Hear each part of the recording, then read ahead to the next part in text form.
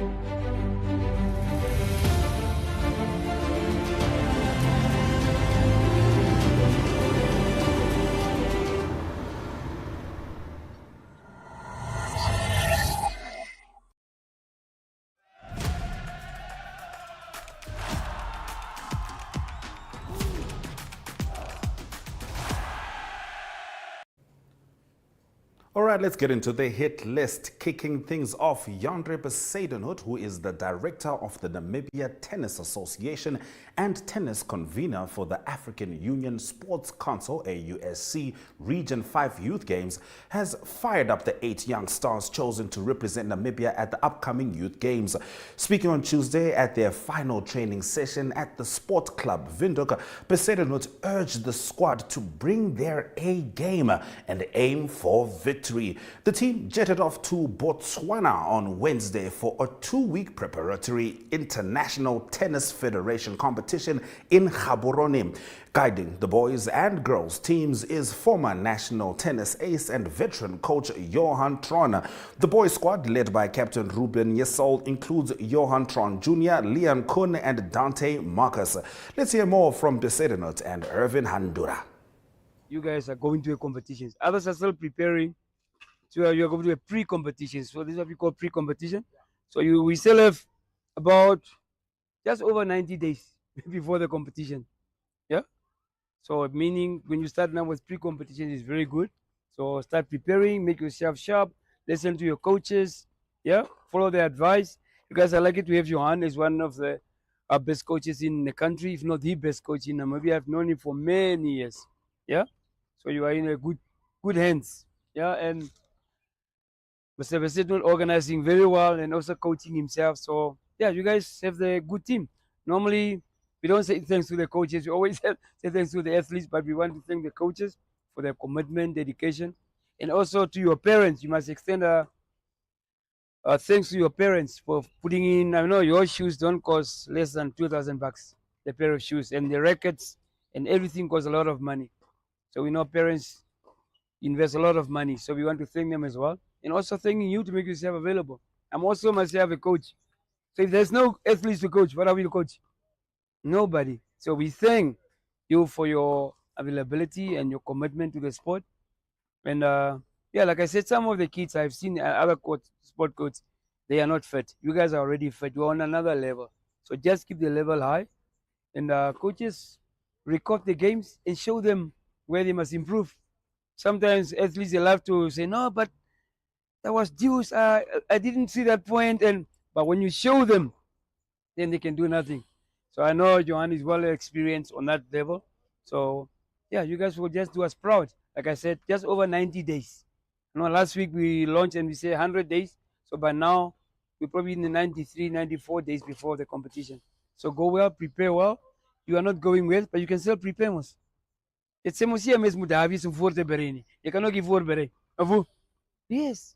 Okay, but good luck, guys, and have fun. I think the most important one is have fun. When you have fun, you can do so much more.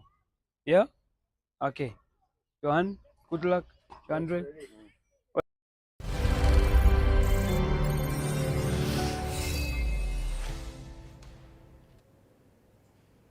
Next up, the 2025 Nedbank Rock and Rut Cross Country XC Mountain Bike Series is ready to roll. Starting this Saturday at the IJG Trails, also known as Farm Windhoek in Kleine Cooper.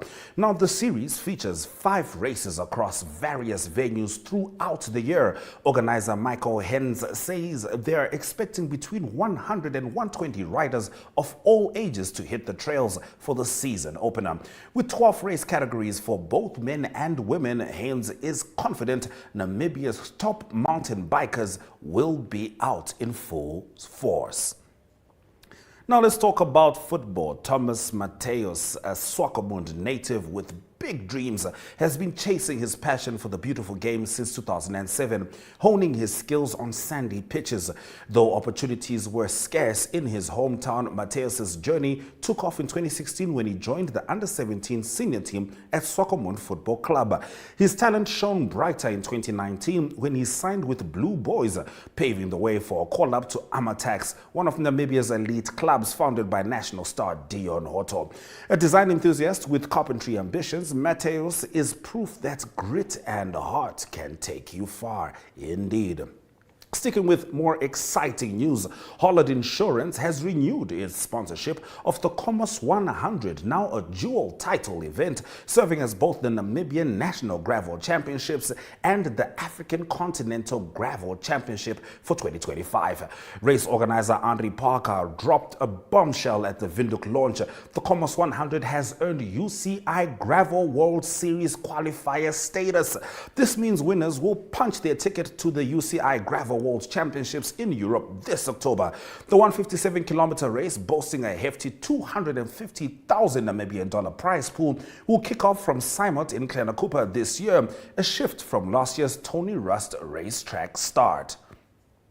We're going to take a quick breather before we return to Zoom In.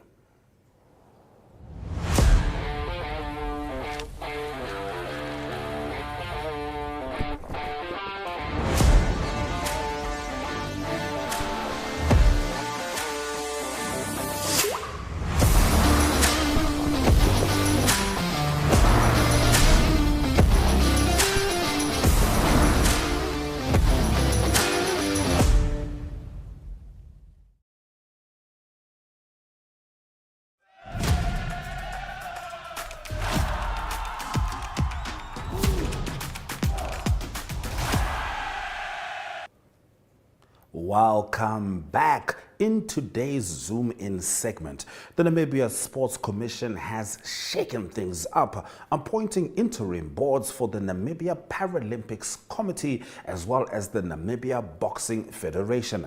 Now, this follows revelations of operational hiccups in both bodies.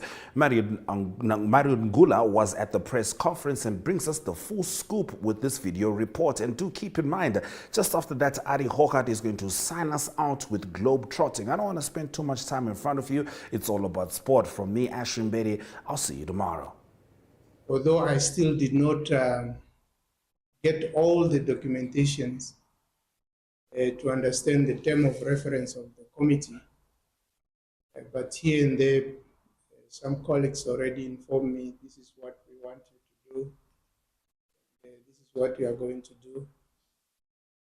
But for us, with the team, and I know that I'm not alone, so we are going to work as a team to ensure that what is expected from us in this period which they give us, we have to do our level best. For now, we cannot say 3 months is too short because we don't know what is the quantity of the work. They say that you cannot look at the food and say, I will not be full before you start eating it. So eat if you are not full, then you will say after that.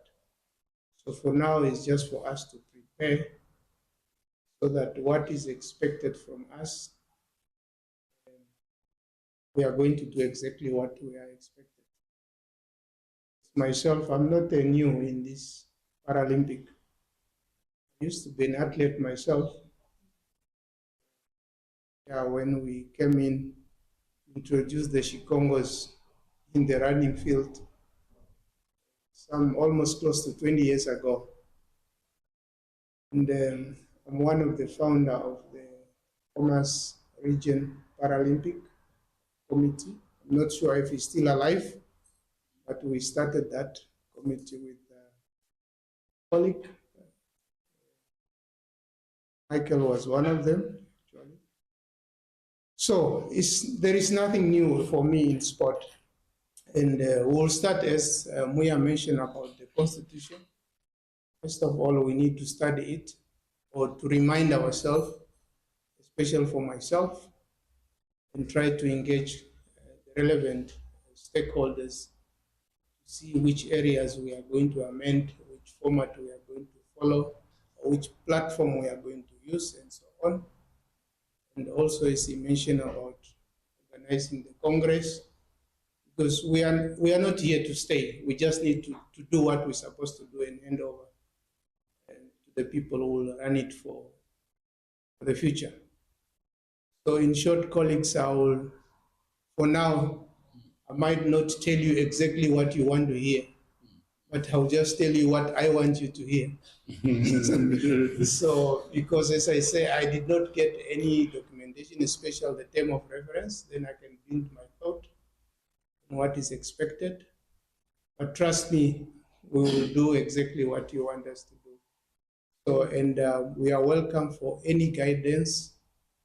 You can call us if you see things are not moving, push us. And yeah, we revise number of organizations, although not specifically for sport. But revising things is not a new thing to me. So we know what to do. And very importantly, that we have Paralympic have a strong relationship with the Sport Commission, especially Mr. Muye, and that we will still get that support from him, technically. Financially, I understand, will also be supported to carry out this mandate. Start with the Namibian National Boxing Federation. We are a little bit very strict when it comes to compliance. I know there have been some challenges within the Namibian Boxing Federation for some time, and they had their election congress last year on the 23rd of November, which took place outside Windhoek in Otjiwarongo. We had some section of the community of the boxing family that were concerned about the outcome of the election results. So this matter, we started handling this matter from the 24th of November last year. It had taken us around about 3-4 months. It was not easy because we need to do fact-finding mission and also verify with all supportive documents. I'm here to pronounce that during our fact-finding mission, as of yesterday, we actually came with an outcome. And out of this outcome, yes, quite a number of conditions were met. And we are very satisfied that conditions were met. There are only two aspects that the Federation must look at. Is the president that was elected by the name of Jeremiah Njembo. He won't be able to serve for 4 years. He is only having 1 year to serve in terms of the provision of the act.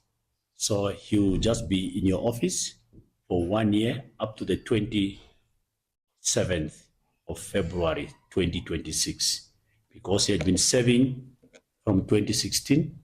As you know, that you cannot serve more than 10 years within any national body.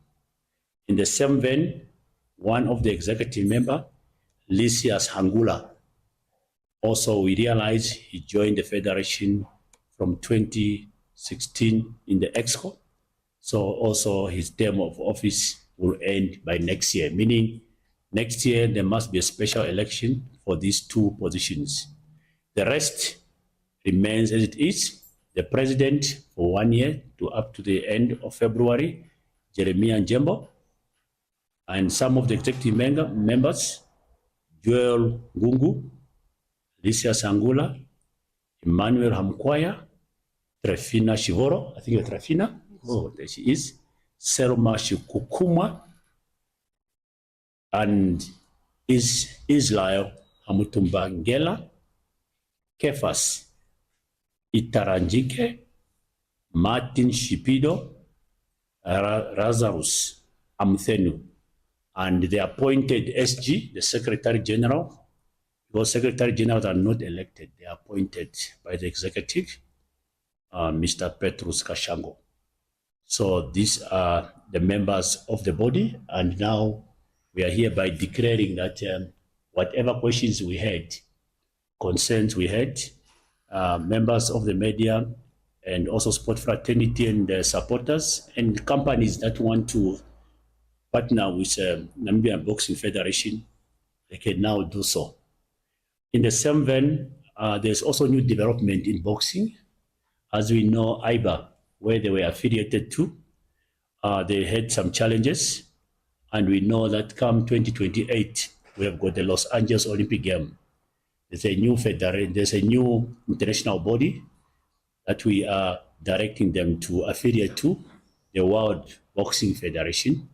I was talking also to the Namibia National Olympic Committee this morning, because they can only be able to fund boxing in our country if ever we are affiliated to World Boxing Federation, because the International Olympic Committee endorsed that body to ensure that it's a body that is legitimate now to run the affairs of boxing at the Olympic Games. So as we prepare our Namibian athletes for these Olympic Games, we need to go in that route, because that is the ultimate goal of any athlete to reach the Olympic Games. So what we are also directing them is their constitution, there's a need to do some adjustments in terms of the international participation, because it will be difficult for them to participate at major international games where our athletes can accumulate points to qualify for the Olympic Games. So I encourage you that you go down on your board and discuss this matter and the way forward. So that's what we can report on Namibian Boxing Federation. Let me congratulate you. And I know it was not easy. The road was very tough. My Secretary General, he was not even picking my calls at times. Yeah, so I tried to look for him, but lucky enough, I knew where to get him. So we are here today and give a smile. It's not easy. Some people, they'll still come out from there. They'll be complaining, but we have done what is required. And my team, I must also congratulate my team, Madam Deshi, the compliance team, together with Tate Evan. Really, it was not easy. They did a very good job. I know you could not sleep. Every time I was on your neck to say, when am I getting the report? So that's what we can announce on that first part. We will entertain questions after. I can carry on. A big elephant in the house. And this big elephant in the house, we know it is the elephant that actually makes Namibian proud. Our very special, our own, the Namibian National Paralympic Committee. It had been in the media for a number of months, I may say a year. The leadership challenges, yes, we tried by all means to support them. We had a lot of engagement meetings last year. And at the end of the day, it was not so easy. But I'm very happy that what we did is that this year they were supposed to have an elective Congress, which my office instructed that it was not in compliance. And we informed them that there's a need for us to engage. I want to pronounce that we did not put them in administration, but we're there to help them and to support them, because the Act does not allow the Sport Commission to put anybody in administration. But it only gives us Section 28, where we can take some actions, which the concept say may, in terms of Section 28. So what we have done, we have engaged with the Federation.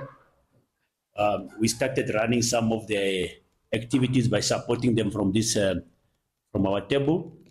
And what we have done so far, we use the provision of their current act. I mean, not current act, the provision of their current constitution. Their current constitutions have got members, and the executive power of the entire board ended in February already. So meaning they had no structure in terms of leadership, but they had a structure in terms of the membership, in terms of their current constitution. So their membership comprises of all 14 Namibian regions, starting from Zambezi to the Karas region. And apart from the 14, also a representative from women in sport, for people with disability. They do have also one vote. And apart from that, they will still also get another vote for another representative, which gives them 16 votes. So during our engagement, we managed to meet a quorum, and we opened a discussion, and we decided yesterday, after having various discussions, we had a final, elective system whereby they have to provide a waiver within their constitution to ensure that we can actually formulate an interim committee. This was not so easy. We've been discussing with this team for at least now a month again, since from February. So a well-attended meeting yesterday, which was a virtual meeting. Very happy that various regions, as far as from Zambezi, as far as Karas, attended this meeting. So it was a very good engagement. And during the deliberations, we put certain conditions in terms of the term of reference given to this interim committee. The interim committee will manage the affairs of the Namibia National Paralympic Committee for a period of 3 months only. But if they do not actually end the exercise given to them, they need to request permission from the members for another month extension should they need the rights. And the term of reference are very straightforward for them to finalize amendment to the current constitution that they are working on. That's number one. Secondly, to call for a special AGM to ensure that the current members, they adopt the constitution, which meets their international standard. The third aspect, after adopting the constitution, they are going to call for a special elective congress for their members in terms of their new constitutions. Here, when I talk about their members, those who are going to join based on the constitutions, because international requirement, they require also, apart from regions, they require clubs to become members. So this interim committee will be given this very big task to ensure that you open and you allow other federations to become members. Then they are also going to become part and parcel when you're going to do elective congress, that you can be able to elect your new leaders to run the affairs of the federation.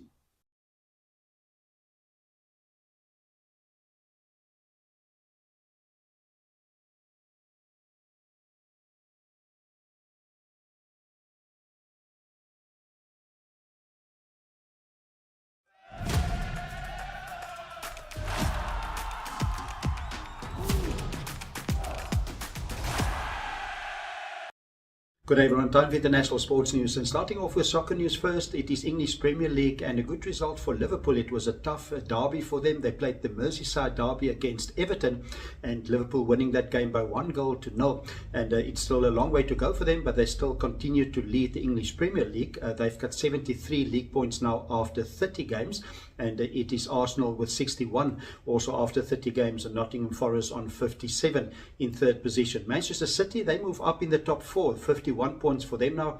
They had a game that they played at home, and they played against Leicester City, and Manchester City beat Leicester City by 2-0. And it is also Newcastle United that beat Brentford by 2-1. They're in 5th position on the English Premier League. Important games coming up this coming weekend. Lot leaders Liverpool, they have a away game against Fulham. That game in London, and that is on Sunday. And on Saturday it will be Arsenal also with a away game. They play against Everton. Moving on to tennis news, and starting off with the Charleston Open. That's on the WTA Women's Circuit. That's being played on clay, and a good result for number 3 seed, that is Qinwen Zheng. She got the better of Maria Sakkari by 6-4 and 6-1. In the next round, in the round of 16, she will now play Elise Mertens of Belgium. It was Mertens that beat Varia Krasheva of France by 6-3 and 7-5. And also one big seed, the number 1 seed, Jessica Pegula, is still in the tournament, and Jessica Pegula will play Anja Tomljanovic of Australia. That is in the round of 16. On the men's ATP Tour, it is a US Clay Tournament championship that's been played in Houston, and it is number 1 seed Tommy Paul. He had a tough 3-setter against Christian Garin of Colombia, and it was Tommy Paul that won that game by 2-6, 6-2 and 7-6 tiebreak in the third. And also another tiebreak needed, that is for Alejandro Tabilu. He beat Jensen Brooksley of the USA. Tabilu is number 3 seed. He also had a tiebreak in the third set to go through to the round of 16. Closing off today's international sports news, it is golf news. The first major on the men's calendar will start on the 10th of April. That's the Masters being played at Augusta, Georgia. 3 South Africans confirmed to play in the tournament already, and that will be Charles Schwartzel. He's one of the previous winners, and he automatically gets into the tournament because of that. And then also, according to world rankings, it is Christian Besaidnout and Tristan Lawrence, both of them also being able to play in the 2025 Masters tournament. It will start on the 10th of April. The last round, the final round, will be played on the 13th of April. That's international sports news for today. Hope you have a great sport day, and we talk international sport again tomorrow. Goodbye.